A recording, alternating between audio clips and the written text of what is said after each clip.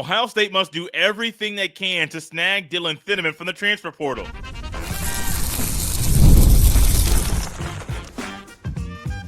You are Locked On Buckeyes, your daily podcast on the Ohio State Buckeyes. Part of the Locked On Podcast Network, your team every day. Welcome in, Buckeye fans, to your Thursday edition of Locked On Buckeyes, which is your daily Ohio State podcast. Part of the Locked On Podcast Network, your team every day. I'm your host, Jay Stevens, also the host of the Jay Stevens Podcast. And today's episode is brought to you by GameTime.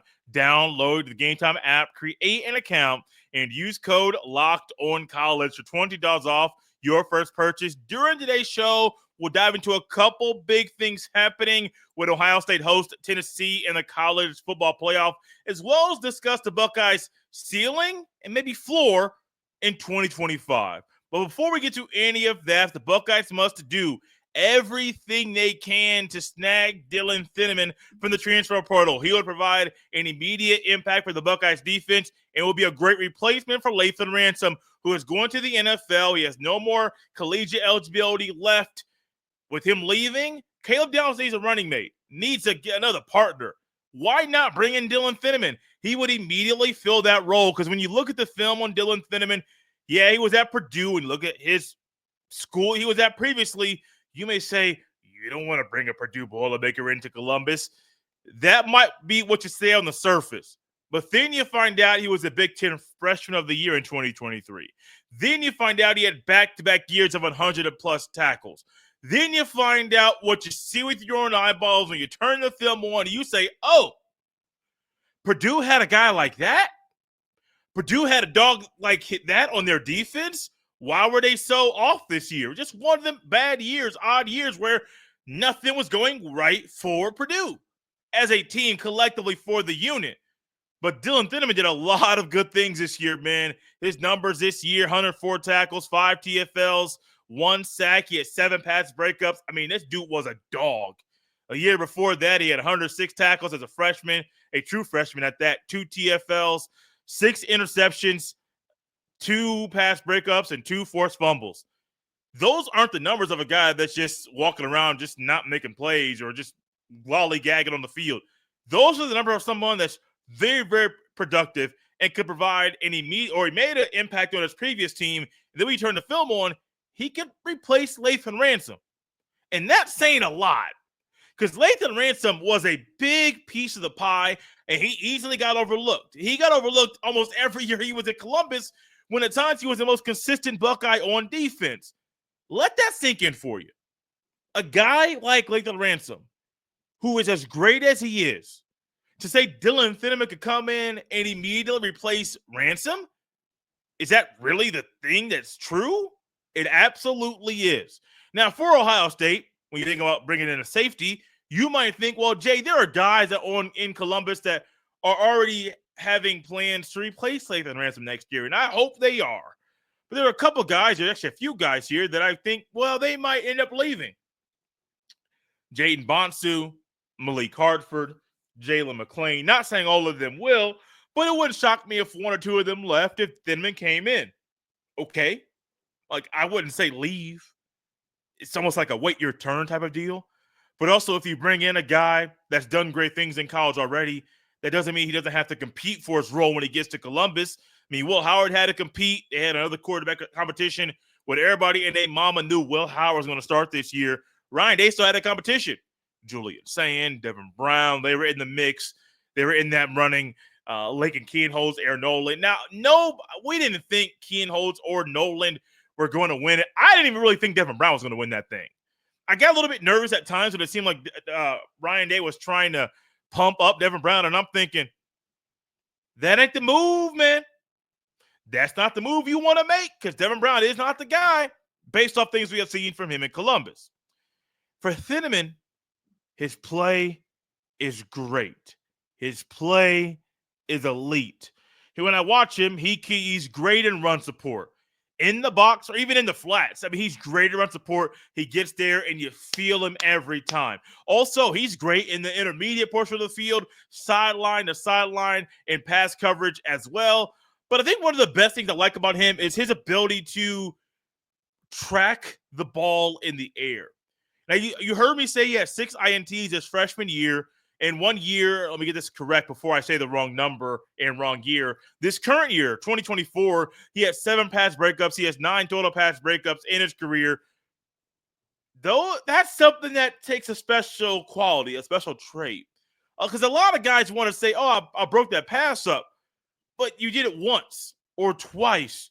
7 in a season means you're doing a lot of things right. And go on there, go on YouTube and watch some old games of Purdue to see Thieneman play football. And if you just want to watch some highlights, you can go do that on YouTube as well. And you'll see Thieneman over and over and over and over again makes the right path from where he was previously to where the ball is. And he tracks that thing so well. There was also times that when he gets there while tracking the ball, you feel it, man.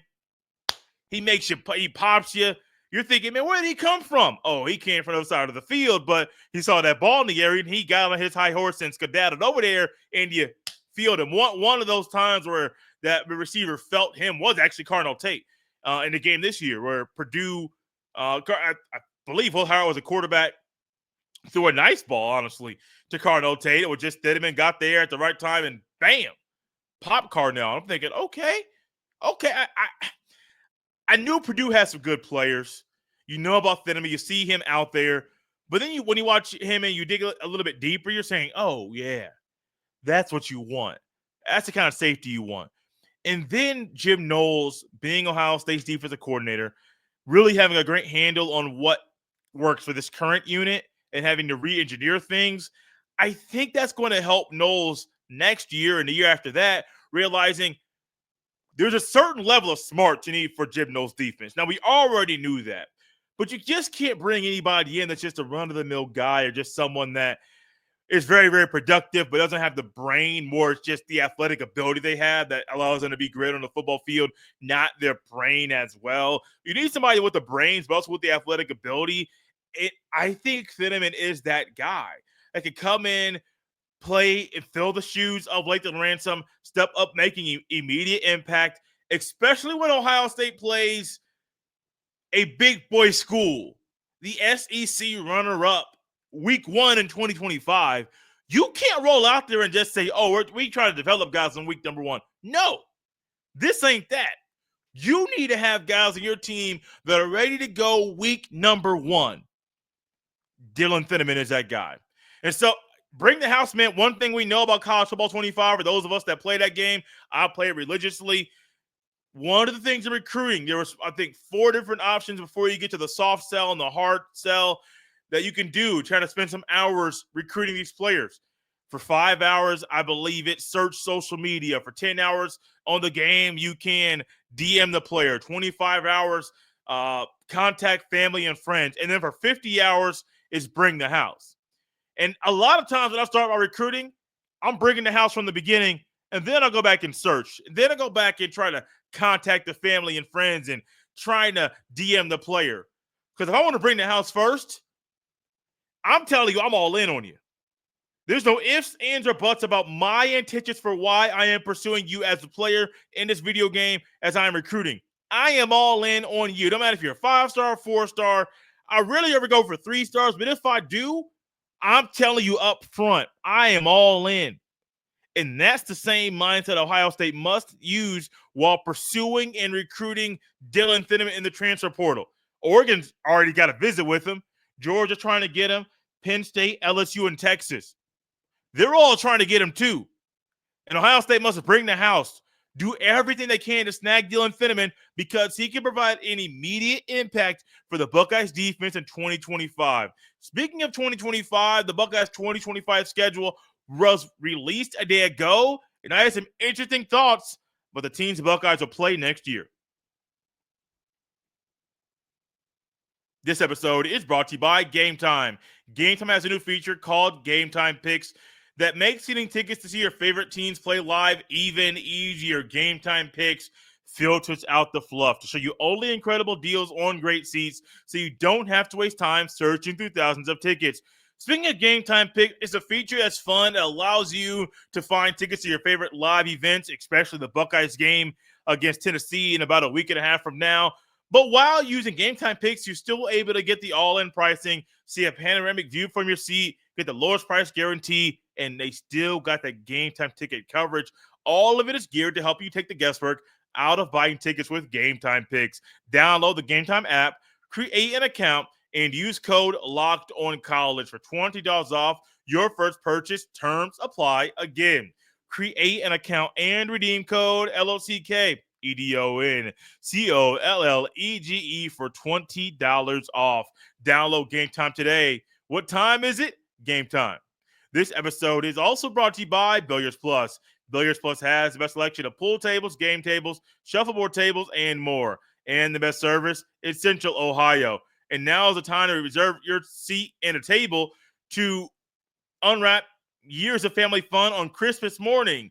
Everything you need for in-home and backyard entertainment is at Billiards Plus. They are family-owned and operated, and when you talk to the staff at Billiards Plus, you know you're talking to an expert who won't steer you wrong. No matter the season, Billiards Plus has you covered for all your indoor and outdoor entertainment needs. Kenny, Sarah, and the whole staff will always go above and beyond to give you the best customer service in the industry. Billiards Plus. Visit their showroom on Dublin Central Drive in Dublin. Thank you all for tapping in Locked On Buckeyes and making this show your first listen of the day. The Buckeyes 2025 schedule was released just a day ago on the Big Ten Network. And when I first saw this thing, I was quickly reminded that the Buckeyes have a home date with the Texas Longhorns on August 30th. There are 7 home games. There are 5 away games. There are 0 neutral site games in the Buckeyes 2025 slate. And that's one thing I will dive into later, is that I hope that Ohio State starts playing neutral site games down the road. I think it's a great thing for fans, and one that's just like a hypothetical that I think would be great for college football in general. But when I look at this schedule, I think about the ceiling, of course, undefeated. I think realistically they could go undefeated. But the floor is one of those things with this team. I'm not trying to be negative, but reality is the floor is probably going to be 10-2. At worst, 9-3 is probably going to be the floor. An 8-4 season for Ohio State is one that I really can't wrap my head around. I'll dive into why I think 10-2 or maybe even 9-3 is the floor, and why I really just don't see 8-4 being the thing. Ohio State's going to have a new quarterback next year. May it be Julian Sand, or may it be somebody from the portal. I have a hard time thinking Aaron Nolan or Lincoln Kienholz are going to be the guys to win that quarterback battle. And with that in mind, I think Julian Sand being a new quarterback, he's talented, but you're not opening up with in Ohio or in Akron or Toledo. You're opening up with Texas, a team in the playoff, a team that's really, really good, and a team that's going to have a quarterback that's played a whole lot more than you during his young collegiate career. Arch Manning coming to the shoe is going to make that one of the hottest tickets in Buckeye history. I'm not trying to say, speculate how much it's going to be, but we all see circulating every single year, Ohio State, Notre Dame, when Notre Dame came to town, ticket prices are pretty expensive. Penn State, when Penn State comes to town, pretty expensive. Whenever Oregon comes back to Columbus, pretty expensive. Michigan, enough said. When Texas comes to town, it's week 1. It's a comfortable temperature outside. Probably going to be a little bit hotter than normal. It's Labor Day weekend. Everybody and their mama is going to be excited about that weekend. This is one of those times where, the ticket's going to be hot. Steve Sarkisian coming into town and thinking he's going to play spoiler to the Buckeyes. Will Ohio State be favored, or will Texas be favored? I don't know, man. But every time you come to Ohio State, and favored or not, you're trying to play spoiler. And that could happen. Now, the reason why I say 9-3 and 10-2 is going to go through the schedule, home and away, and just let you know kind of where things go with the schedule and get my thoughts about why I think 9-3 might be the floor. Texas, home. Grambling State is home. And Ohio is home. Those are the first 3 games of the year. Those are also the only non-conference games the Buckeyes play. There's a bye week in between after the Ohio game. After the bye week, there's an away game in Seattle playing Washington. There's a home game against Minnesota. You go back to Champaign for the Ella Buck game. Then you go to, after going to Illinois, you have to go to Wisconsin. Then there's another bye week. There's 5 straight games in November. Home against Penn State, on the road at Purdue, home against UCLA, home against Rutgers, on the road at Michigan. That Texas game to me is going to be one that I think right now, if I had to pick it, it's probably a Texas win.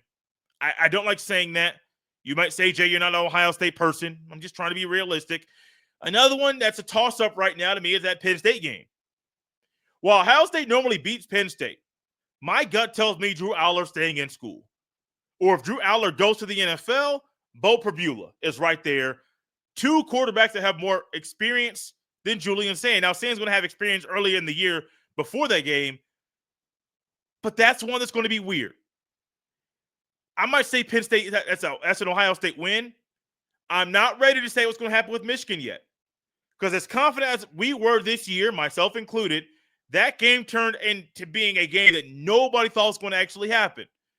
And a sneaky game next year is that Washington game.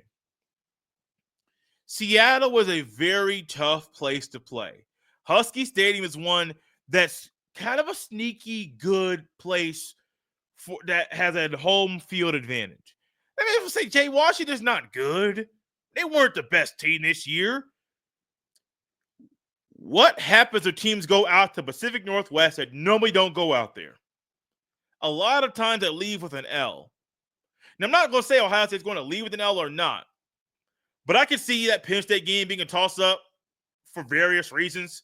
Still think Ohio State will probably win that one. That trip to Camp Randall, tricky. Washington, tricky.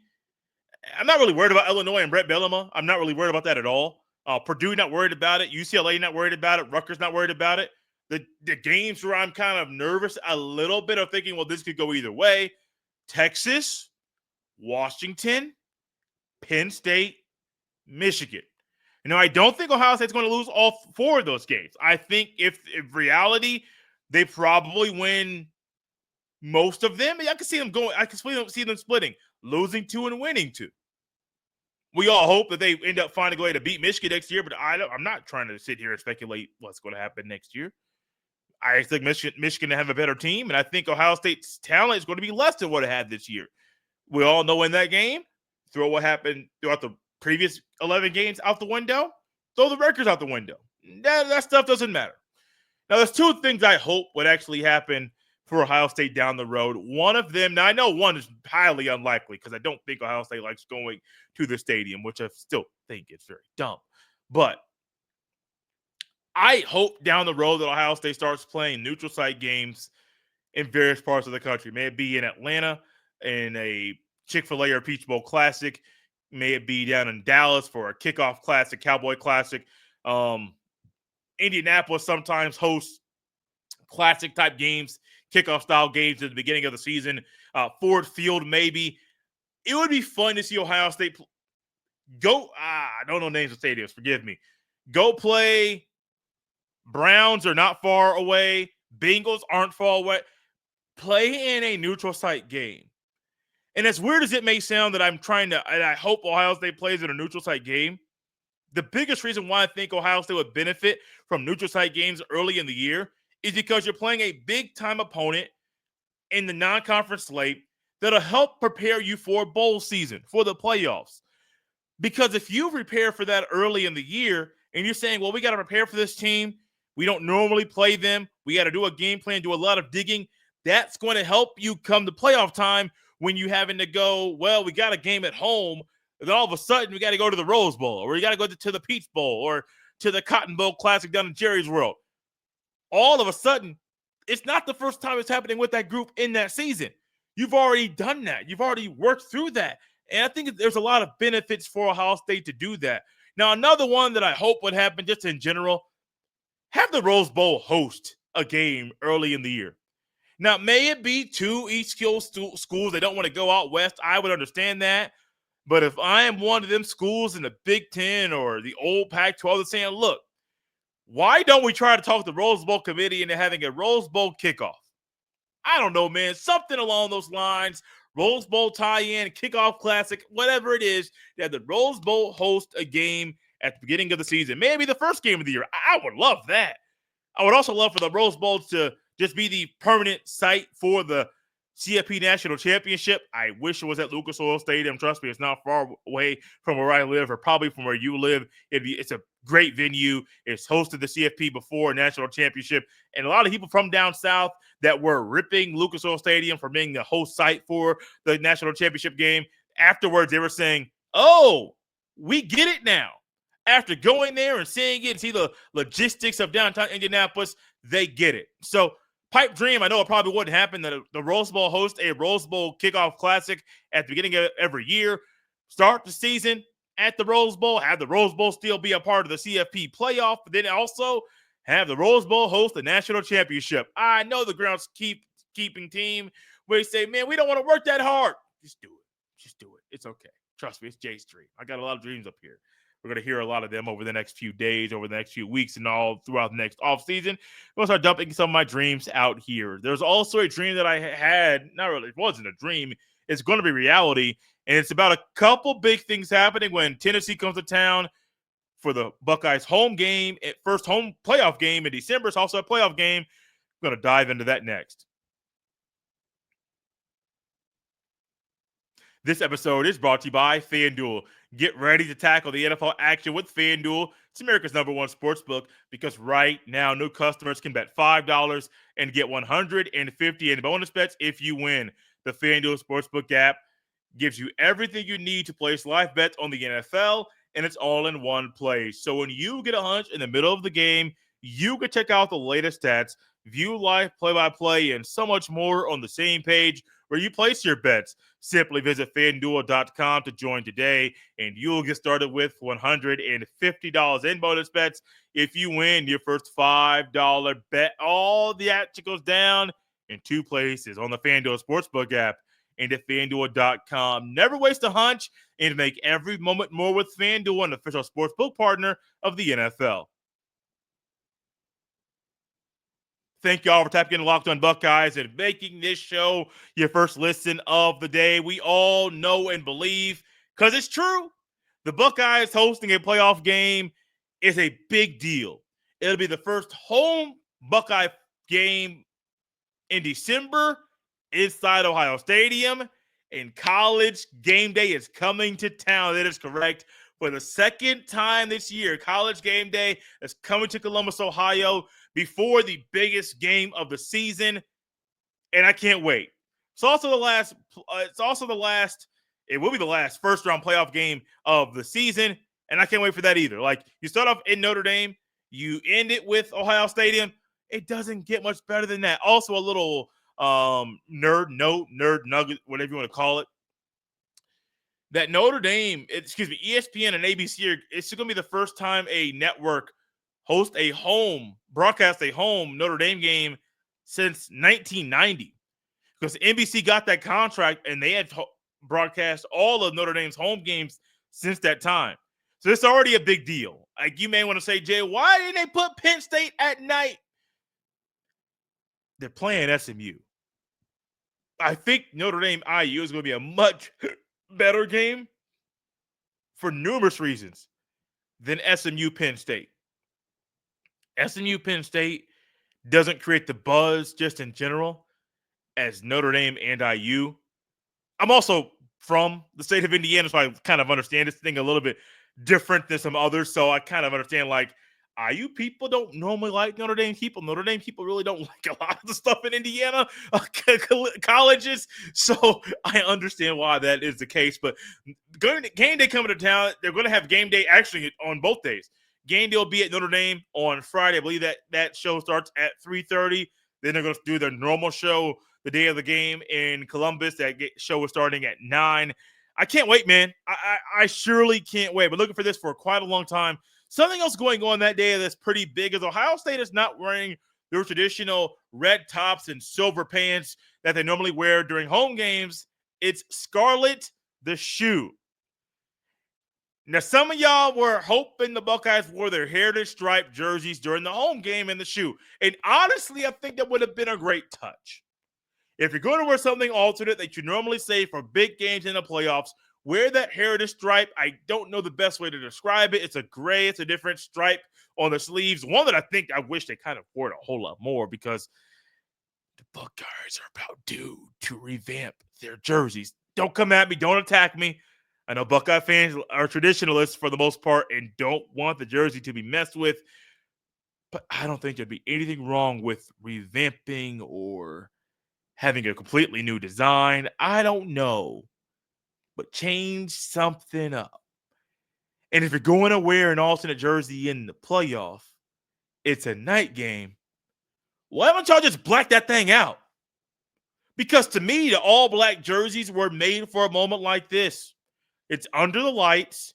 It is a game that's so rare. It's never happened in the history of the program. The current format of the playoff is so rare. It's never happened in the history of college football, which dates back to the 1800s.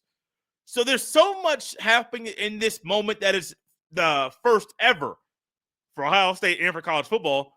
Why not bring out them black boys? Just black that thing out. I feel like that would have been the right move.